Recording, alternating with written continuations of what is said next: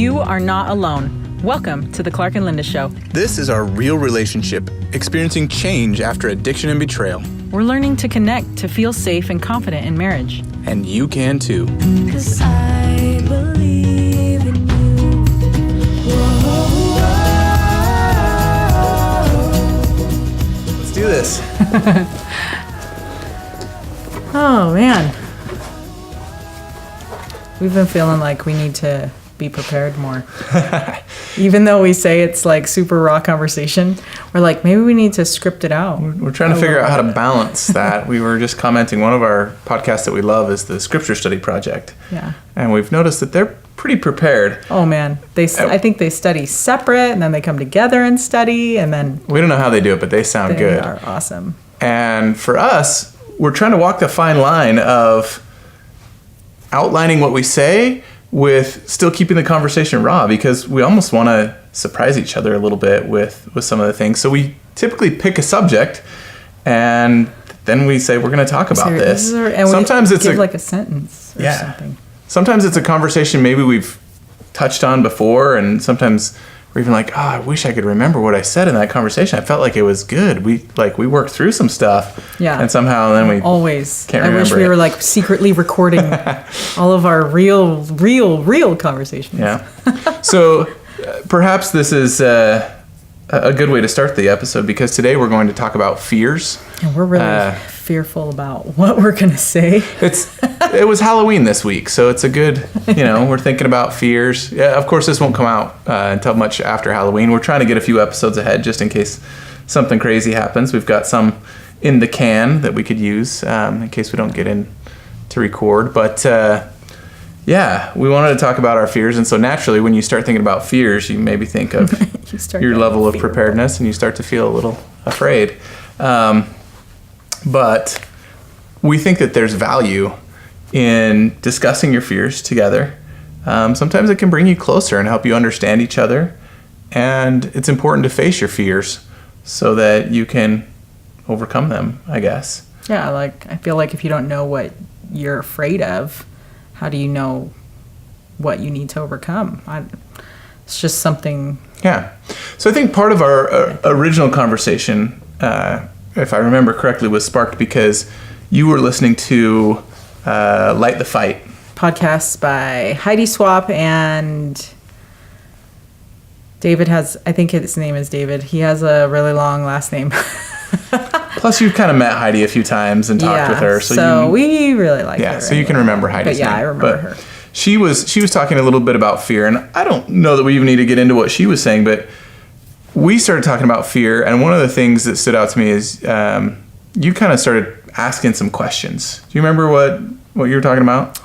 I don't exactly remember. Like we said, we want to record those ones, but I was trying to think of why originally you told me 5 years ago, and you disclosed your addiction and even the struggle before then, and then some years before that. But then this time I had to discover it on my own, and that's not the best idea, guys. If you can just tell your wives, that's going to be the best idea. But aside from that, I just felt like if you were able to come to me before, what was stopping you from coming to me this time? Because I didn't feel like I overreacted last time or anything. I was trying to think of, maybe I don't know. I definitely know I was upset, and I broke down and probably ignored for a while, and probably a little bit snappy and smart alecky and, all those things. But, I mean, eventually all that stuff kind of went away because we swept it under the rug. So, I mean, I was like, well, the anger and all that stuff didn't last that long because we just pretended like it didn't even exist. So yeah, tell me what kept you from telling me this time that led to me finding out. Yeah. I think that's close to it. I know somehow last time we got onto the topic of what's your greatest fear? What's the... Yeah. But I do think that's a good way to lead into it. And, there's a lot of things, really, I think. One of them was that I think part of it is when you're in your addiction, you rationalize so many things and you start to believe so many lies that Satan tells you. And their lies, he'll lie on both sides, right? I mean, one of them you say, oh, we swept it under the rug. And so status quo didn't seem so bad. I mean, in reality, I look back on it and realize, like, it wasn't great either. Like, we weren't connecting. I was isolating. We just had an experience on Halloween that really was kind of a wake-up call for me around this. It was I had mixed feelings about it. It made me a little bit sad at my past, but also happy that it's a sign of progress that I think we're moving forward. We kind of went all out on Halloween. Linda goes all out on everything. Anybody that knows her will learn that she loves to, if something's worth doing, it's worth doing right and big. And so she always likes to kind of go crazy with stuff. And this year for Halloween, we used to have some neighbors that would always put a fire pit in their driveway, and she said, I want to be, they moved, and so she said, I want to be the fire pit driveway this year. And I was thinking we could do something fun. Maybe instead of just giving out candy, what if we buy some donuts and we could give out donuts and hot chocolate? And I think she expected some pushback from me, because usually I had in the past always, if something seemed like scared. work. I was like, he might want to just do the standard full-size candy bar. Yeah, I thought I was already doing pretty awesome as, full-size candy. Anyway, but I was like, yeah, that sounds fun. And I think above and beyond that, I had some idea that I said, well, if we're going to be setting up on the driveway, why don't we bring out the DJ speakers and we could put on some Halloween music? And then I had to come to the studio to grab a cord for the speakers. But that was like even later. Like, yeah. Came out with the idea for that later. But anyway, we ended up having a bunch of it was like a block party every time everything was set up, trick-or-treat. and I did a lot of it, and we had a bunch of fun. And as I was packing everything up and putting stuff away, she said, wow, this was sure different this year. She said, you came up with a bunch of the ideas instead of me and seemed excited about them, and I didn't feel stressed, not one bit. Usually I come up with all the ideas and you kind of go along with it, but maybe seem a little put out or annoyed that you have to do all that work to support my ideas. And I was kind of sad, because I was like, well, wait, but this was fun, Like, it was kind of cool to go all out and to see our house lit up and see the Halloween music, and everybody kind of came. I mean, you had some big groups that came by, and it was almost like a party around the fire pit. And bussing kids in. So things weren't great, but I kept telling myself they were. We'd swept stuff under the rug, and like I said, you weren't getting mad at me. You didn't seem angry. And so on the one hand, I had this lie to believe that, like, oh, everything's fine. Everything's good. I have this little problem that makes me feel miserable. But if I tell Linda about it, then we'll both be miserable. And I could tell, even though, yeah, you didn't yell and scream or anything like that. I mean, I could tell that it really hurt you before when I had told you, and that it made you sad. And yeah, it was. I mean, I think you remember it as less than it was, but there were several weeks where, like, things were not great. And yeah, I didn't know what I was experiencing. I didn't know that it was called betrayal trauma at that time. I would have loved to put that name to it so I could just go crazy searching for help, but I didn't know. And so I kept telling myself this lie of, like, well, I'm not being dishonest for me. I'm just trying to protect Linda. I don't want her to feel this pain. And eventually I'm going to figure out how to beat this on my own. That's the lie, right, that I kept telling myself. But the fear was, I just had this awful fear that if I did tell you, that I was going to lose you. I just thought, how many times can she hear this before she just figures enough is enough? And I thought, if I lose her, I lose my family.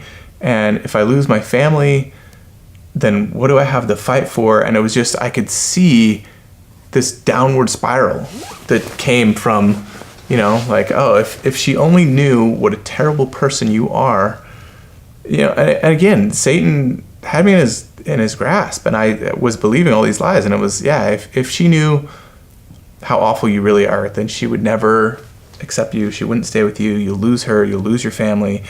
And guess what? You've been trying to get over this on your own for so long. Chances are you're never going to get over it. So you're going to lose your eternal salvation. You're going to, you probably will go into depression after you lose your wife and family, and you'll lose your livelihood, and you're just going to end up homeless and alone and miserable, and probably you'll resort to other numbing activities, and maybe you'll be an alcoholic or a drug addict, or I just had this whole scenario in my mind that it was like I was going to lose everything. Yeah, it was this doomsday scenario in my head, and I believed it. Spiral. It was this huge fear. I was terrified that you might find out, let alone me have the courage to tell you again. And don't get me wrong, I mean, I thought about telling you a ton, but the fear of this doomsday scenario that I had made up in my mind of all the bad things that were going to happen, it just kept me, it kept me from moving forward and telling you, and it kept me in my addiction. And so, I think that was my greatest fear, was losing everything, was just being rejected. I had this awful fear of being rejected by you, by my kids, by my family and friends. It wasn't just you. It was like everybody is going to see me as this horrible person, this pervert who looks at porn. Nobody will ever want to associate with me, and I'll lose everything. Yeah. But in my mind, it felt so certain that that's what was going to happen. And to be honest, I mean, that hasn't entirely gone away. Every time we shoot one of these episodes, I'm terrified. I mean, we're now a week removed from launching the show and actually putting it out to the public. And I still have this awful fear that it's funny because it's a two-sided fear. On the one hand, I'm afraid that nobody's going to watch this show and it's all this work for nothing, right? And on the other hand, I'm afraid that somebody is going to watch this show and they're going to know what's going on with us, and they're going to know that I've been dealing with this for years, and that's terrifying. Every time we shoot one of these, I just think how can I share these innermost fears and thoughts with whoever, so that's scary. Part of the facing your fear. Yeah, and that's part of the reason that we do this, right? Is to help us and face our fears. So that was part of the discussion. And then after I talked to you, after I talked about that for a while, I got curious and kind of turned it around on you and said, okay, what about you?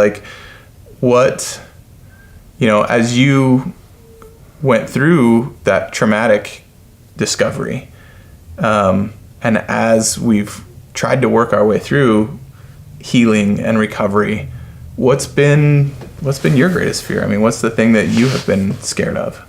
Well, so you weren't able to tell me because of all this fear, right? But then once I found out, I felt like you unloaded everything on me. But I know that we still had a couple other disclosure days because... So it was I wasn't burdened anymore because I just dumped it all on you? Yeah. And so, now I felt all of the weight and the shame and,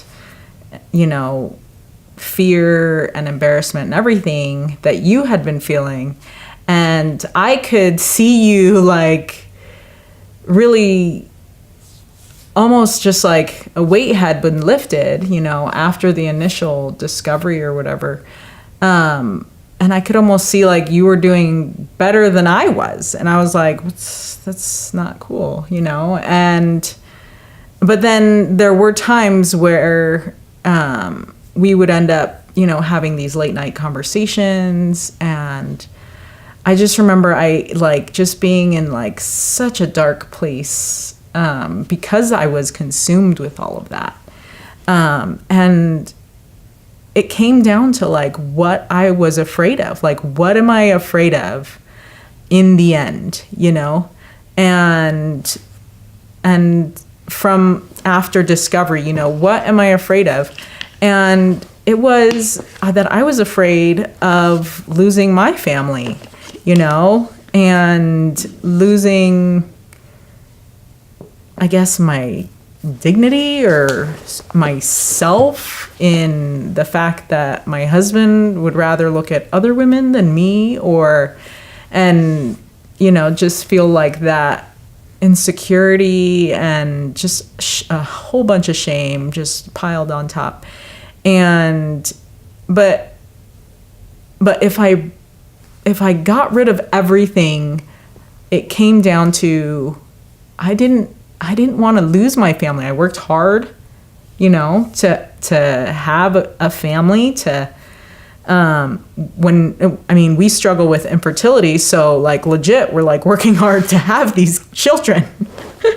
Praying, fasting, all these things together, and IVF and so many of those, and then different IUIs and so many of those, and we actually worked hard to have our family so that we could be happy. I mean, having kids is a joy and just a blessing in our lives, and going through that hard trial with you felt hard, and like we accomplished a hard thing, to be able to go through all that, but to just have it just be lost from like one day to the next, it didn't make sense to me, and I didn't want to sacrifice all of the hard work that has already been put in for petty stuff like pornography. And where I knew that and what helped me was that I had to separate the pornography addict from you. I had to realize that the adversary is like Satan is the one tempting you to do these things, and even though it's still your choice, he also is the one feeding you the lies, and he's the same one that's feeding me lies and feeding me the same fears and the same shame and the same thing. And so I had to step back and think, well, we both have this enemy that we're fighting together. And in the end, our fear was almost the same fear, too. Yeah, and our fear was the same fear. Like, well, I don't want to lose my family, but I also don't want to stay with you because you're making me feel all these things. So I just want to get rid of those feelings so that I can be better. But in the end, well, it's not the end yet. I mean, technically, we're still 7 months in. Who knows? Honestly, but you say that, and I mean, that's another, right now, one of my biggest fears, and maybe it's a good thing, but I'm terrified of a relapse at this point. Yeah. Right? Because it's happened to me before. I've disclosed before and thought, I am never going to do this. And the other times I came forward and talked to you and talked to Bishop and went to, the church meetings.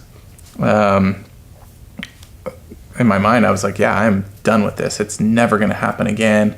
And we got out from it at a certain point, and obviously it happened again. And now I'm in this position where we're putting this out to the world, and I'm like, what happens if, how would I... We will let you know what happens, and we will not skip episodes. That's when it gets good, right, guys? Oh, no. No, I'm just kidding. We don't want to do that. Yeah, which I know is not healthy, because if all you're fixating on is, I can't relapse, then you're not. You're going to relapse. That's an unhealthy thing. Yeah, you have dialogue to for yourself. Yeah, exactly. Those are not good affirmations. But it's good of me to recognize that so that I can figure out what I need to do to work past that. And so that was going to be one of my next questions. So you had all these fears of not being enough, of losing your family, of being ashamed, of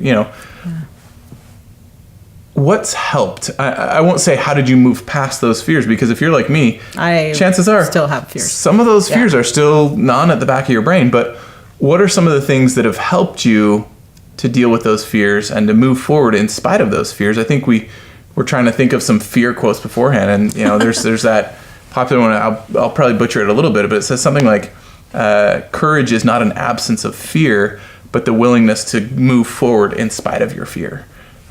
So, what has given you courage, and what's helped you in facing your fears and trying to work through them? Well, I think what really helped, and I felt like it kind of turned around our relationship a little bit, because I felt like you were doing a lot of recovery. Like, as if he's not here. You were doing a lot of recovery, and I was trying to do a lot of recovery, and we were trying to do things on our own. And I think in a lot of counseling or counselors, they suggest that when there's like sex addiction, that you have to work on, and like there's been disclosures and stuff, that you have to work on things that strengthen yourself first before you can try and work on like marriage counseling together. And so we had been doing that and separately, and I was kind of, observing and watching like what he was doing and seeing like, is it really going to be okay? Like, you have to kind of test the water, like, how are you doing? Like, and sometimes I'd find him like reading scriptures and playing with the boys and just, different things that I didn't see you doing before. And so those were small little things that helped me with the, like, trust you again a little bit. Those were like little trust, little drops of trust in the bucket. So those were the ones that helped me. And then being able to talk to you, and while you were being honest with me, that also helped out a lot, because I could trust you with questions, even though they were really hard to ask, and really hard to, respond to. Yeah. And so those things helped. And then there was this one day where I really felt like defeated. I felt really hopeless, and I wasn't sure. I wasn't sure if all of this was just going to keep going, and if it was going to just be the same separateness, and just always the cold shoulder, even though, I was interrogating you a ton and you were willing to answer those questions. It felt just like we were just roommates, even though we were still sleeping in the same bed. We didn't have a separation or an in-house separation. I know some people do that, or they have the ability to go and move out and kind of have that separation, so you can kind of heal yourself and recover on your own, and then you come back together, slowly kind of work your way back. So we were just always together, but we weren't together. And so it was just like this wall, and like, it was just really hard. And so one day I remember asking you, like, what are you afraid of, and just like telling you that I was scared. Like, my biggest thing was I was scared that I was going to lose my family, that I worked hard, and that we worked hard to form, and that all the memories and everything that I have are tainted, because I don't know when, you were acting out or not. And so all those things just like kept piling up, and Satan has so many whispers for us too. And so it was just like, I just needed him to cut through all of that for me, so that I would know that maybe we were on the same team, and that we were, going to be able to get through this and fight. And so, yeah, I don't know if you remember that day, but I just remember breaking down and telling you that I didn't want our family to be broken up, and that I wanted to work towards, keeping us together, so that we could see what would happen. And then you responded with the same thing, that you were willing to work towards healing and recovery as well, so that we could kind of be in this fight together. And I think that really helped because now we knew that we were on the same team. We knew that instead of just, hey, we're going to just be coexisting in the same area, and our kids could feel it.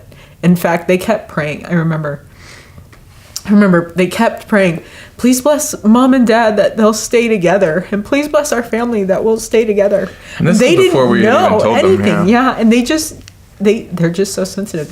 They knew what was happening, and every time they would say those prayers, it was like, yeah, are we going to stay together or are we not? I feel like you have to make that choice. And you know what? You don't have to make that choice just once. I think it's a choice you make every day. And that was the day that I wanted to share that choice that I had made with you. And I felt like it made a really big difference to know that I was all in, that I was willing to work on things. And so that gave me courage to continue on and to know, like, hey, we have a plan. We can work together. We can fight together. Okay. That's really good. Now that I've got you crying, Hey. I'm going to try and ask you maybe an even harder question. Sweet. Bring it. No, so I'm really glad. A lot of the things that you said, and maybe this is just egocentric me, but you were able to feel hope from some of the things that I did and how I responded. And I'm glad, but I'm also concerned about maybe some other people who are listening whose spouse might not be responding well. How do they not give in to their fears? Because I think, there's going to be people in different phases, and Satan is going to use any little failure or slip up. I had some slip ups in the early days, that I came and talked to you about. And when you're in that early phase, how do you not lose hope when you're not seeing the results you want from your spouse? Whether it's, it could be either side of it, because maybe it's a spouse who is not willing to face the betrayal trauma and who wants to just sweep things under the rug and who doesn't want to work. Or maybe it's a spouse who's in recovery that is really struggling with the recovery, and they keep losing battles, as we like to say. They keep relapsing. Is there a way to overcome your fears or to fight through your fears when that happens? Oh man, that is so hard.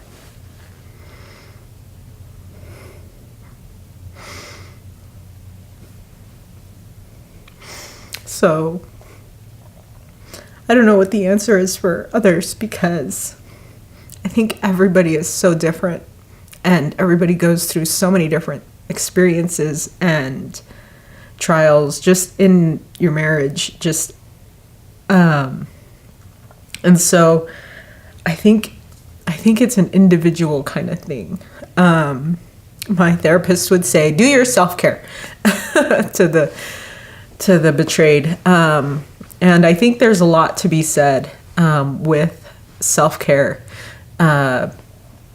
because you have to know who you are to be able to know what you're capable of. If you don't know who you are, then you're not going to be able to do anything for anyone. You won't be able to show up for your kids. You won't be able to show up for your husband. You won't be able to show up for your friends or your family. But most importantly, you won't be able to show up for yourself. You won't be able to help yourself out of situations.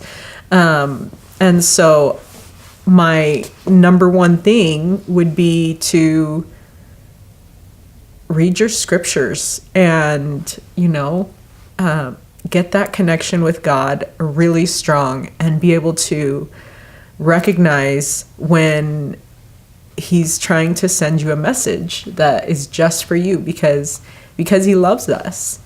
And he loves families. That's his plan.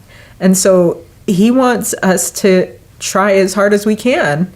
And if we can know who we are and we are doing what the Lord wants, if we are confident in that, then we'll be confident in the choices that we make with our spouse or without our spouse. And so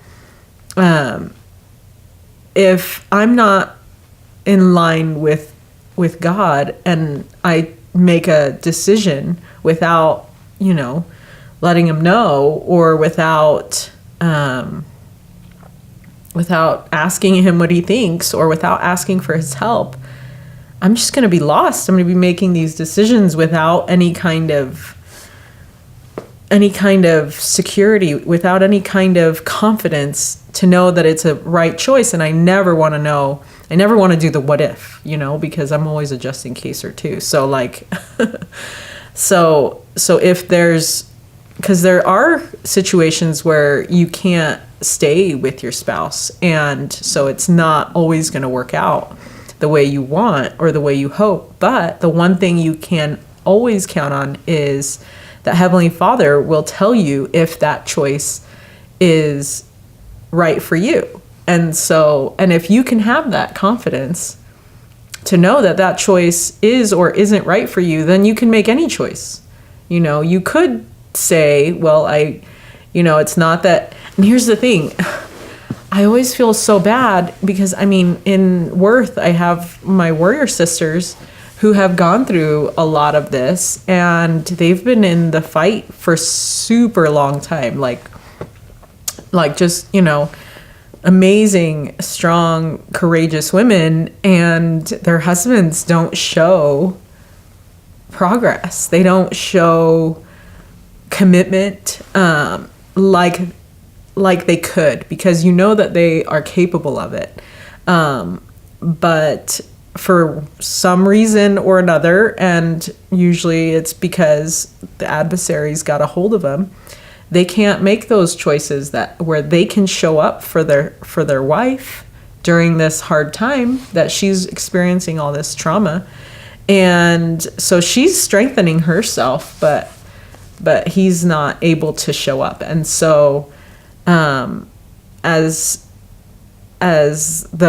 they make those choices together, or separate, they can't come together in a choice for the marriage because they're taking it two different directions, and we're always taught to strengthen ourselves and our connection. And so it's so hard to see those sisters try so hard for so long and not have their husbands, show that effort that they can put forth, even though we know what the right thing would be to do, because you've just unloaded all of this stuff on us, and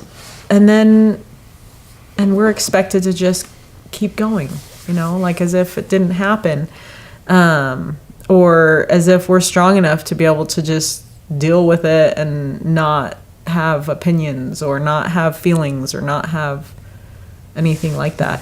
So I don't know if that answered the question, but hopefully. There's a lot of good stuff in there. Sorry to It's so spring. hard. Like I said, we didn't Yeah. rehearse any of this. I'm springing some tough questions on you. But I do think, a lot of what I heard was kind of what you touched on in the beginning, that you have to focus on your own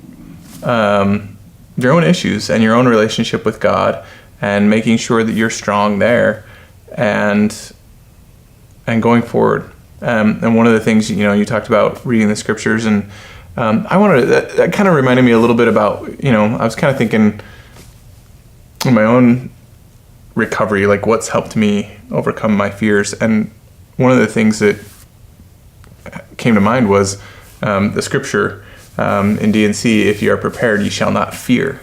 And I think that's been a big key from day one, from Discovery Day. we started talking, and a lot of that talking was planning and figuring out, what are we going to do different? We can't do this again. We've been through this, and so we said, we're gonna change a lot.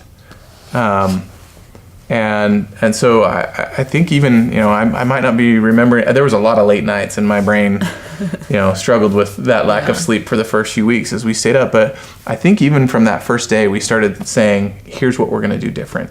Here's how we're going to change. Here's some boundaries we're going to set up. Although at the time, I don't think we knew to call them boundaries. We didn't know what boundaries were. But we started talking about some of those boundaries. I remember, I changed the way I work. I looked at where I was losing battles and said, I need to avoid these places for now until I can figure out how to make them places of safety. I looked at certain actions and activities, things I watched, friends I hung out with, and made a lot of changes there. And I think, you made a lot of sacrifices and changes, and it was all part of this battle plan, right? We were coming up with our plan, and that plan helped us to prepare. And there's that other saying that I think I'll butcher this one as well, but no battle plan lasts beyond first contact with the enemy, right? And I'm sure that a lot of the things that we said that we were going to do originally have changed and morphed and improved. Yeah. And so, but we've continued to strive for that preparation. And so that was part one, is that we had a plan, and that plan gave me hope, right? I was able to see, like, oh, if I do these things, if I work this plan, this time can be different.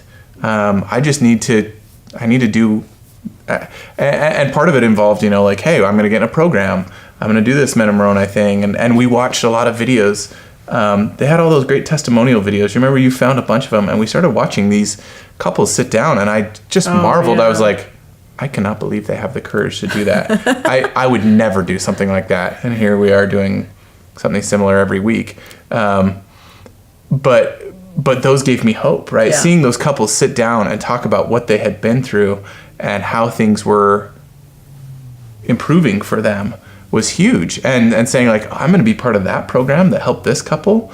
Yeah. And I was still in a bad spot. I also can remember doing some terrible things, like, I wasn't as bad as that guy. Like, if he can do it, I can do it. Like, and that's like, that's it. Yeah, I'm ashamed. I'm really ashamed to admit that confession. But it's funny sometimes. That's also something the adversary, Yeah, feeds the to first us. few times I went to group, I go and sit down with all these guys and be like, I don't belong here. These are a bunch of perverts, and then all of a sudden somebody would start sharing something and they'd be like, oh yeah, I've got 170 days. I'd be like, how did he do that? 170 days? This guy must know something, and I've come to have this huge sense of brotherhood and camaraderie with my group, and they're some of the best guys you could ever be with. A couple weeks ago, our facilitator was talking to us, and he said,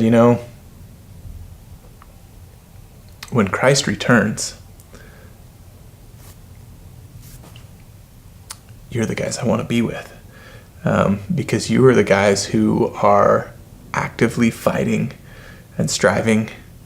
You are focused on coming closer to Christ.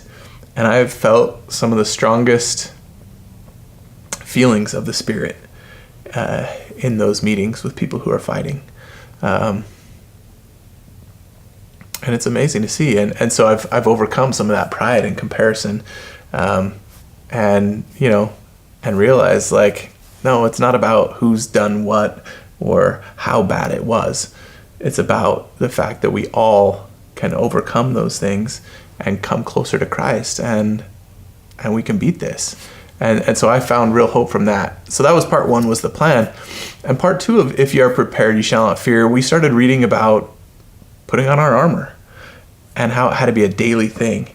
And I noticed as I prepared for each day and went into it like I was going into battle, and there was all these things we would do in the Men of Moroni program, and I think all the in the Sons of Helaman, you call it your manpower goals, and it's an acronym that stands for things we don't have. I think we're already way over time. We forgot to set our timer. Oh, Whoops. no. Yep.